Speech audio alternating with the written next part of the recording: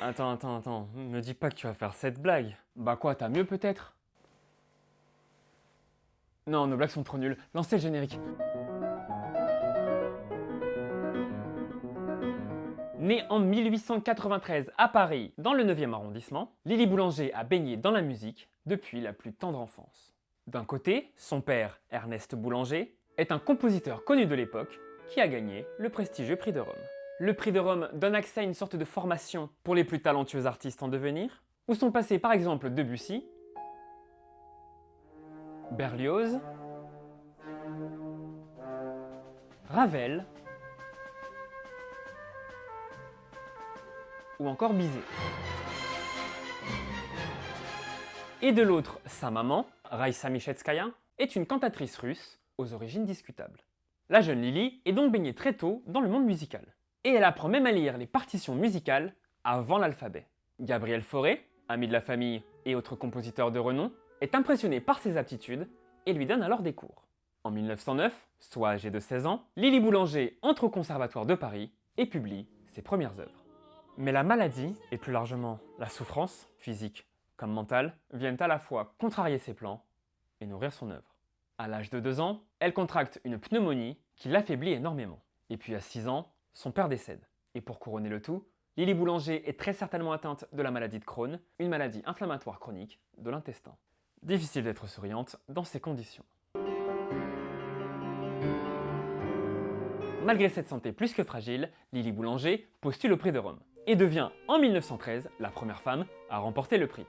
Là où sa sœur, Nadia Boulanger, n'avait réussi en 1908 qu'à atteindre la 2e place. Consciente que sa maladie lui donne un temps limité sur Terre, Lily Boulanger continue de composer encore et encore, et sa maladie ne va pas s'arranger. En 1916, un médecin lui annonce qu'il ne lui reste plus que 2 ans à vivre. Lily Boulanger, fragile mais surmotivée, aussi effrayée par l'idée qu'elle ne puisse pas terminer ses œuvres, se lance dans l'écriture de pièces musicales, aux paroles aussi funestes qu'annonciatrices, et aux tonalités parfois très intenses, comme La Terre appartient à l'Éternel, Du fond de l'abîme,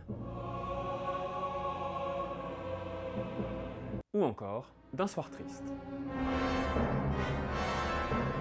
Elle décède finalement le 15 mars 1918, à l'âge de 24 ans, laissant derrière elle une œuvre compacte qui survivra grâce à sa sœur.